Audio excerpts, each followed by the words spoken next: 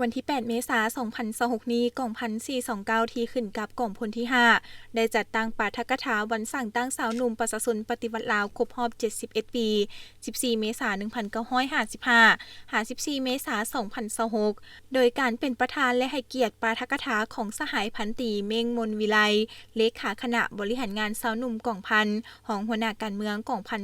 429มีคณะบริหารงานสาวหนุ่มกองพันคณะหน่วยสาวหนุ่มแต่ละหน่วยตลอดฮอดสมาชิกสาวหนุ่มทั่วกลุ่มกองเข้าร่วมรับฟัง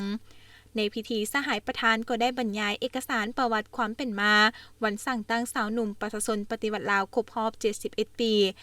ซึ่งได้ยกให้เห็นการกำเนิดและการเติบใหญ่ขยายตัวของกำลังสาวหนุ่มประชาชนปฏิวัติลาวในภารกิจต่อสู้กู้ชาติจนมาฮอดระยะปกปักรักษาและสร้างสาพัฒนาประเทศชาติสาวหนุ่มประชาชนปฏิวัติลาวยามใดก็ได้เคียงบ่าเคียงไหลกับพรรคประชาชนปฏิวัติลาวเป็นแขนขวาของพรรคเป็นกำลังแรงของชาติในการสร้างสาและพัฒนาประเทศชาติเป็นพนักงานรุ่นสืบทอดเหมือนดังคำเว้าของประธานไกรสอนพรหมวิหารว่าสาวหนุ่มเปรียบเหมือนนกอินทรีบ่หวั่นไหวต่อพายุลมแดงและมีความอดทนผ่านพาความยุ่งยากนานาประการพร้อมเฮ็ดสำเร็จหน้าที่ของตนการปาฐกถาครั้งนี้เพื่อเป็นการทบทวนหวนคืนมุนเสื้อและไสสนะอันยิ่งใหญ่ของสาวหนุ่มประชาชนปฏิวัติลาวในระยะผ่านมา